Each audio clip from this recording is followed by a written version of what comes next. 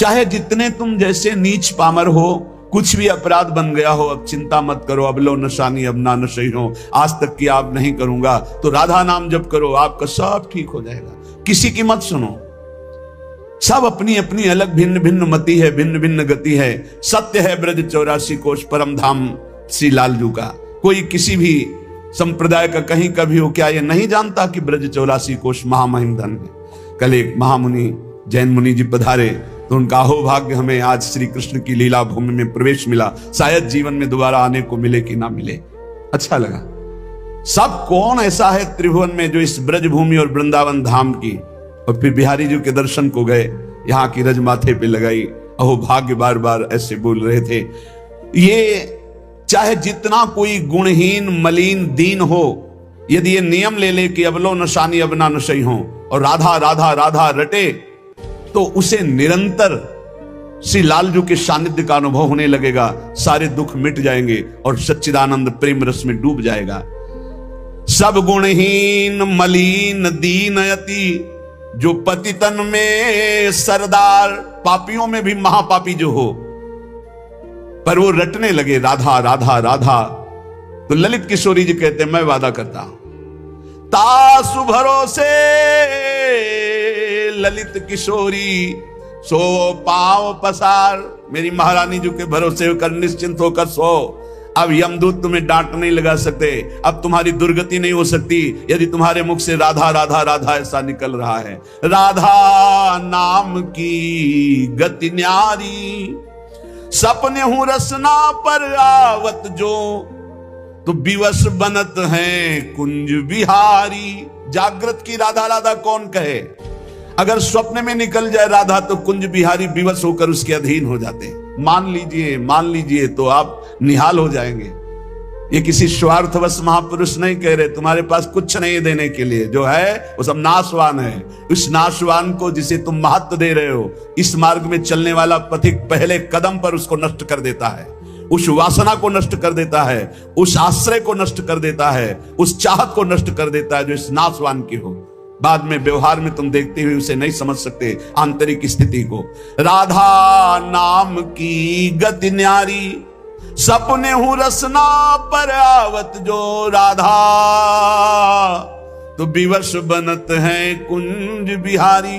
बनत है, यद्यपि वो विवश नहीं है, परम स्वतंत्र समस्त शक्तियों के स्वामी, पर राधा नाम उन्हें विवश कर देता है, अधीन कर लेता है। सुंदर दिव्य किशोर वैष्णव, बानी मधुर रहत एक सारी। जो राधा राधा रटते हैं, एक दिन नवीन किशोर अवस्था के हमारे युगल सरकार गलवैया दिए हुए उससे बात करेंगे। बात मिलने की बात जाने दो, दर्शन की बात जाने दो, बात करेंगे कैसे हो, कैसा अपार और सुखमय समय होगा जब मेरे प्राणाराध्य पूछेंगे कैसे हो, और हम दौड़कर उनके चरणों में लौट जाएंगे और वो दोनों एक एक बाह पकड़कर उठाएंगे। जन्म जन्मांतर की हमारी चाहत पूरी हो जाएगी। सुंदर दिव्य किशोर वैष्णव, बानी मधुर रहत एक सारी। राधा नाम की गति न्यारी। जो राधा राधा रखते हैं उन्हें अखंड वृंदावन वास प्राप्त होता है। आज नहीं प्राप्त अगर हो रहा तो चिंता मत करो, शरीर छूटने के बाद यहीं आओगे, यहीं के हो।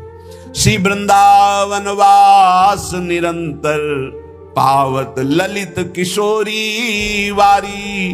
राधा नाम की गति न्यारी। ये सबसे अलग है राधा नाम। जो विश्वास करके राधा राधा हितधु जो विश्वास है, तब ही सुधरे बात। ना तो माया पंथ में फिरे जुटक कर खात। यदि विश्वास है तो बात सुधर गई, विश्वास नहीं तो माया के टक्करों में चकनाचूर हो जाओगे। कभी काम, कभी क्रोध, कभी लोभ, कभी मोह, कभी मद। तुम्हारा जो साथ देने वाला है वही तुम्हें नष्ट कर देगा।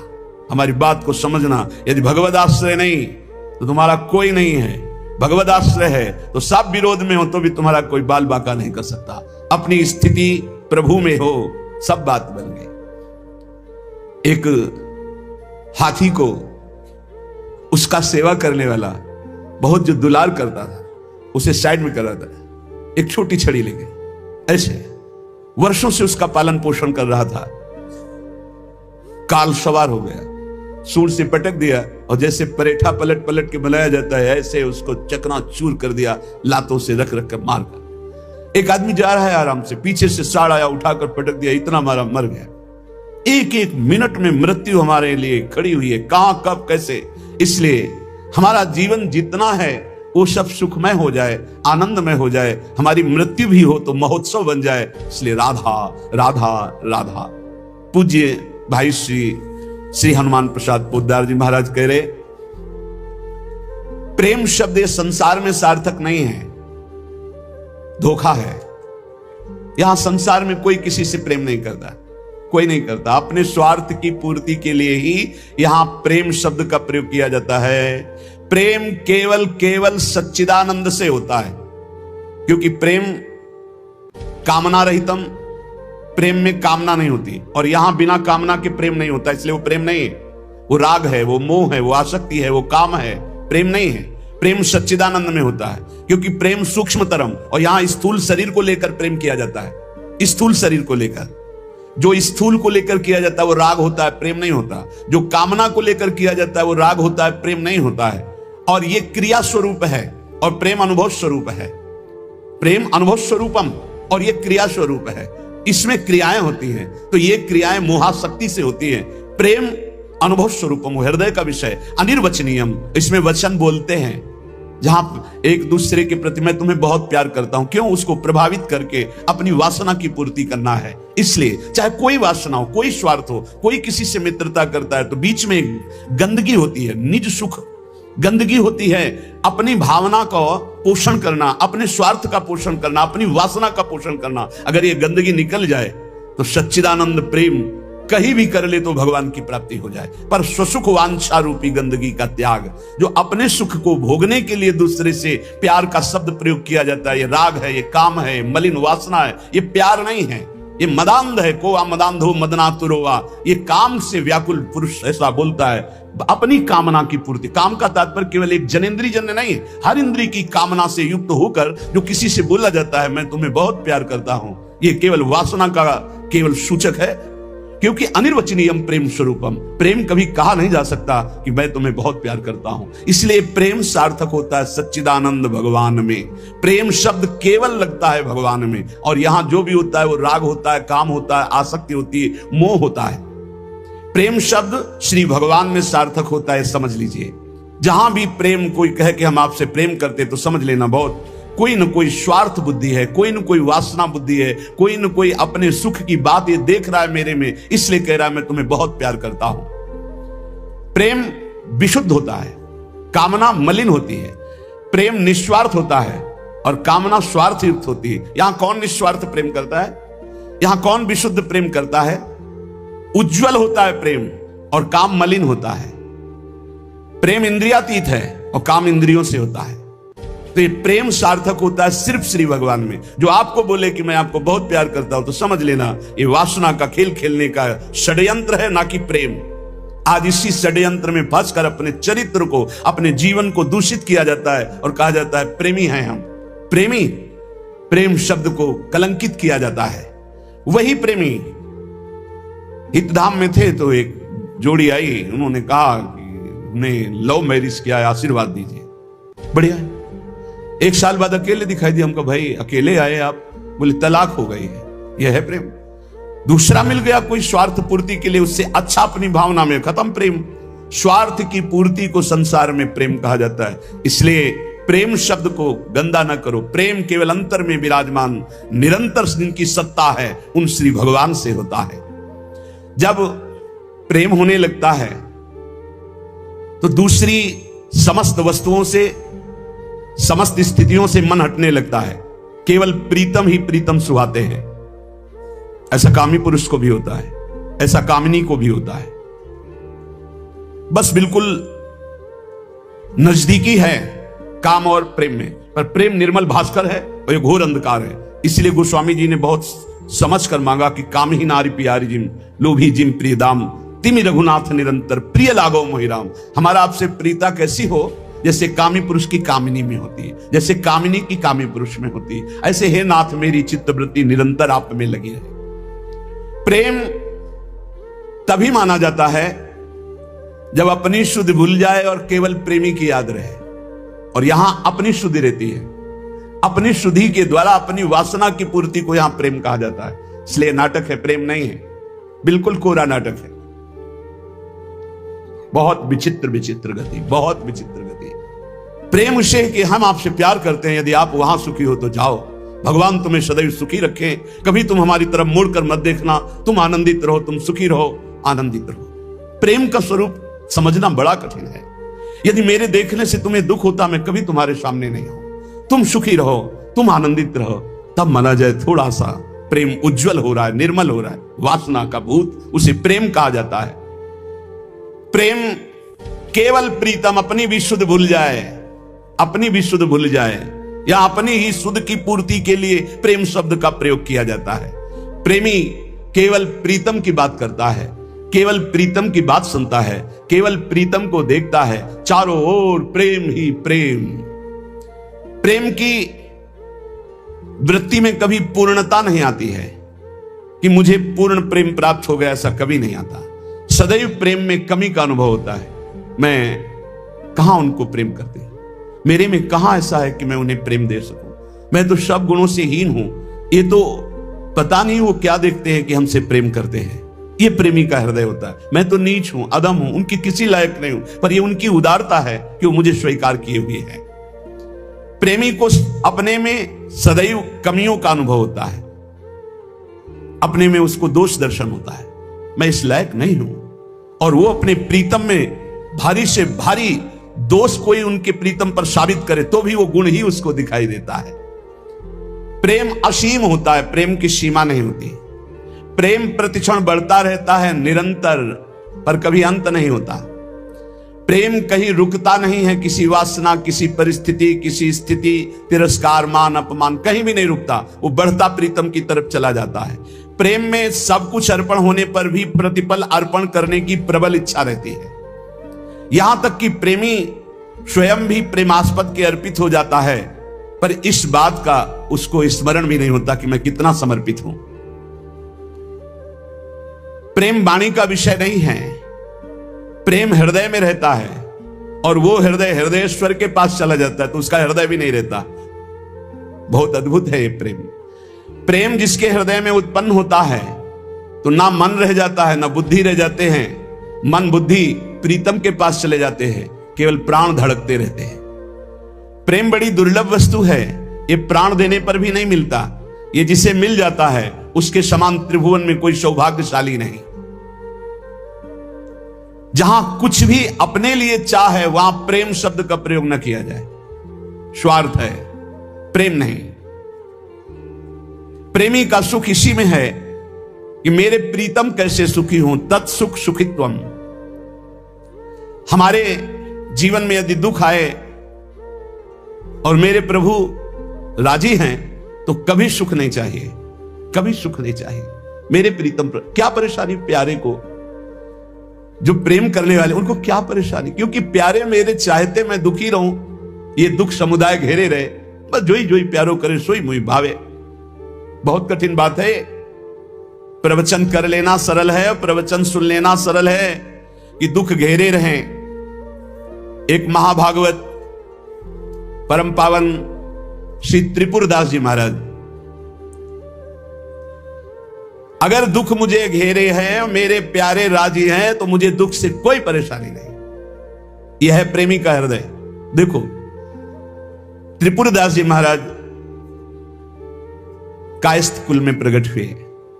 कायथ त्रिपुरदास भक्ति सुख राशि भर्यो, कर्यो ऐशो पण सीत दगला पठाइए, निपट अमोल पट हिये हित जटियावे, ताते अति भावे नाथ अंग पहिराइए, आयो को काल नरपति ने बिहाल कियो, भयो ईस ख्याल ने को घर में न खाइए, वही ऋतु आई सुधी आई आंख पानी भरी, आई एक द्वाति दीठी आई बेची लाइए। श्री त्रिपुरदास जी कायस्थ कुल में प्रकट हुए थे। बड़ा हिम्मत बनाने वाला यह चरित्र है। ब्रजमंडल में शेरगढ़ है, वहां इनका जन्म हुआ था, वहां के निवासी थे। और आपके पिता राजमंत्री थे। बचपन से ही भगवत भक्ति के संस्कार थे, जिनमें कुछ दिव्य प्रकाश होता है वो बचपन से भगवत भक्ति का। जिनको ये लगता है कि जवानी में विषय भोग ले और बुढ़ापे में भजन करेंगे तो भूल जाए। बुढ़ापे में मन को प्रभु में नहीं लगाया जा सकता। यदि आपने जवानी में भजन का अभ्यास नहीं किया तो बुढ़ापे में नहीं होगा, बुढ़ापे में प्रपंच ही होगा, पक्का विश्वास मान लीजिए। और जितने भी दिव्य महापुरुष हुए हैं, जिनके जीवन प्रकाशित हुए हैं भक्ति अध्यात्म की ऊंचाई में, वो बचपन से श्री भगवान में लगे। त्रिपुरदास जी के घर में राजमंत्री पिता थे, पर बहुत ही सुंदर भक्ति के संस्कार थे। एक बार आप पिता के साथ आगरा से किसी कार्य के लिए गिरिराज जी आए, तो यहां ठाकुर श्री श्रीनाथ जी का दर्शन किया। यही विराजमान थे अन्योर में, जहां जतीपुरा इधर ठाकुर जी यहीं प्रकट हुए हैं। श्रीनाथ जी अपने ब्रज के हैं, गिरिराज जी के। ऐसा सुंदर रूप श्रीनाथ जी का कि नवीन किशोर अवस्था लुभायमान हो गए। बहुत हट किया, अब मैं नहीं जाऊंगा, इन्हीं के दर्शन करूंगा, इन्हीं के पास रहूंगा। पिता राजमंत्री थे, वहां किसी परिचित से कहा, बालक है, हट करता है त्रिपुरदास, इसको हम छोड़ देते हैं 2-4-10 दिन यहां, देखो भगवान का विधान, यहां श्रीनाथ जी के दर्शन करेगा, फिर हम आदमी भेज देंगे, बुला लेंगे। अब वो दैवी योग से प्रेरित थे, पुत्र को यहां छोड़ दिया और वापस वो लौटे तो रास्ते में कुछ वैरी दल के राजसैनिक को दुष्टों ने घेर लिया और मार डाला, पिता को मार डाला। भक्तों के जीवन में प्रारंभ से ही विपत्तियों की बौछार हो जाती है, लेकिन आप ऐसा डरिएगा मत। क्या जिनके हृदय में भक्ति नहीं है उनके परिवार के लोग नहीं मरते क्या? जिनके हृदय में भक्ति नहीं वो क्या दुख नहीं भोगते क्या? ये अज्ञानी जन है, नहीं जानते। शरीर रचना के समय शुभ अशुभ कर्मों के अनुसार दुख सुख पहले से रच गया है। भक्ति तो हम आज कर रहे हैं, ये नई खेती है, ये भक्ति का फल नहीं, वो दुख सुख पुराने हमारे कर्मों का फल है। जब आपने सुना, सूचना आई कि तुम्हारे पिता को बैरी दल ने मार डाला है, तो श्रीनाथ जी की तरफ देखा और कहा, आप तो हमारे पिता भी हो, मित्र भी हो, जीवन धन हो। हृदय में बड़ा आनंद हुआ कि चलो नाम मात्र का पिता अंतर्ध्यान हो गया, लेकिन मेरा जो अनंत जन्मों का पिता है उससे संबंध हो गया। अब तो मेरे श्रीनाथ जी के सिवा कोई नहीं है। एकदम निश्चिंत हो गए। रोज प्रभु के सामने भाव विभोर होकर रोया करते, नौ किशोर अवस्था, कि प्रभु अब आपके सिवा हमारा कोई नहीं है। एक दिन वल्लभाचार्य भगवान आचार्य चरण, जिनके दुलारे लाडिले श्रीनाथ जी हैं, वो सेवा में आए तो देखा है बालक बहुत एक दृष्टि से देखता है, रोता है। लाओ इस बालक को सामने लाया। ये है भगवत कृपा। जब भगवत कृपा होती है तब गुरु मिलते हैं, जब गुरु कृपा होती तब भगवान मिलते हैं। जब भगवान की कृपा होती तब गुरुदेव मिलते हैं, संत मिलते हैं। जब द्रवहि दीन दयालु राघो तो साधु संगति पाइए, और जब संत द्रवित होते हैं तब भगवान का साक्षात्कार होता है। बुलाया और परिचय पूछा, कौन है ये? तो कहा, अमुक राजमंत्री का पुत्र है, इनके पिता यात्रा में मारे गए हैं। और ये बहुत आसक्त चित्त होकर श्रीनाथ जी को देखते हैं, श्रीनाथ जी से रोते हैं। त्रिपुरदास जी ने साष्टांग दंडवत किया वल्लभाचार्य जी को और कहा, प्रभु मैं मात्र पितृहीन, न मेरे माता है न पिता है, मैं अनाथ बालक हूं, बस मेरे नाथ तो श्रीनाथ जी ही हैं, और आपके श्री चरणों का आश्रय दे दिया। प्रभु मुझ अनाथ दीनहीन को आप स्वीकार कर लीजिए। बहुत प्रसन्न हुए। इतना छोटी अवस्था में ऐसे शुद्ध शब्द, ऐसे भागवतिक चेष्टाएं। चलो आज अभी इसी क्षण में इसको दीक्षा देता हूं। आचार्य श्री वल्लभाचार्य जी विधि पूर्वक दीक्षा देकर ब्रह्म संबंध कराया। कुछ दिन तक पास रखा और कहा, वापस जाओ घर। श्रीनाथ जी की सेवा की भावना रखो, निरंतर चिंतन करो, ध्यान में श्रीनाथ जी का स्मरण रखो, भक्ति में जीवन व्यतीत करो। हमारा सदैव कृपा प्रसाद तुम्हारे साथ है। गुरु आज्ञा तत्काल श्रीनाथ जी से उनके जो परिचय के थे ले गए। यवन राजा था, उनके राजमंत्री थे पिता। तो जब नौ किशोर अवस्था से थोड़ा बड़े हुए तो इनके पिता का पद इनको दिया, राजमंत्री बना लिया। अब ये राजमंत्री में जितना वैभव मिलता, तो इन्होंने एक बात सत्य समझी कि धन की सच्ची योग्यता क्या है? बोले संतों के मुख में चला जाए, संतों की सेवा में चला जाए, भगवंत सेवा में लग जाए, सो धन धन्य प्रथम गति जाकी। धन की सार्थकता है। ये भागवतिक सरकारी बैंक है। जैसे भारतीय सरकारी बैंक में जमा करो जब चाहो ले लो ब्याज सहित, ऐसे भागवतिक सरकारी बैंक है। गौ संत जन, ब्रह्म ऋषि जन, भगवान किसी विग्रह की अर्चा पूजा और किसी ऐसे असहाय की जो बीमार है, जो अपवित्र है, असमर्थ है, उसकी सहायता भगवत भाव से कर देना, उसमें जो धन खर्च होना, ये सब भागवतिक बैंक में जमा होता है, आपको मिलेगा, ब्याज सहित मिलेगा। हमारे प्रभु की बैंक में परसेंट बहुत ज्यादा मिलते हैं। 1 रुपया का लाख गुना ब्याज मिलेगा। देखे ये जो आप देखते हैं कि अमुक अमुक पद पर बैठ गया, अमुक राजा बन गया, अमुक अमुक बन गया, ये पूर्व जन्म का है। पूर्व जन्म का आप देखते हैं छा गया, ये पूर्व जन्म का सुकृत है। वैभव ऐश्वर्य चरण चूम रहे, वाह वाही हो रही, ये सब पूर्व का पुण्य है, 1 का लाख गुना। पर इस बैंक में विश्वास नहीं होता, किसी किसी को विश्वास होता है।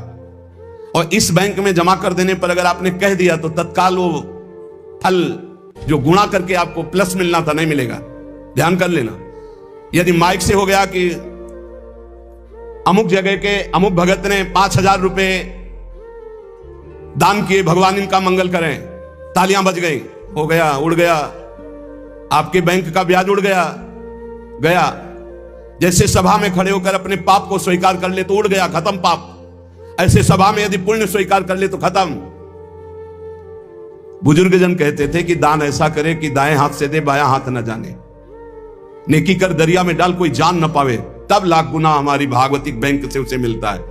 ये तो हुआ अपना धन देने पर। और अगर ये बात हो जाए कि हे प्रभु आपकी वस्तु आपको समर्पित करते तो भगवान मिल जाएंगे, तो दियम वस्तु गोविंदम तुभ्यमेव समर्पये।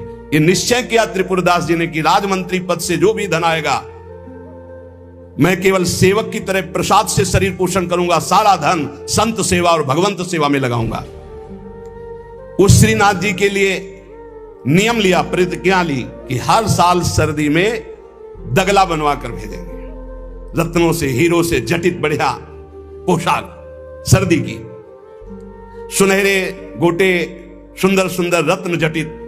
अब चाहे करोड़ों के रत्न लग जाए श्रीनाथ जी के लिए, और राजमंत्री थे, दगला भेजते और रोज संत सेवा होती त्रिपुरदास जी के यहां। संत जन आते, प्रसाद पाते।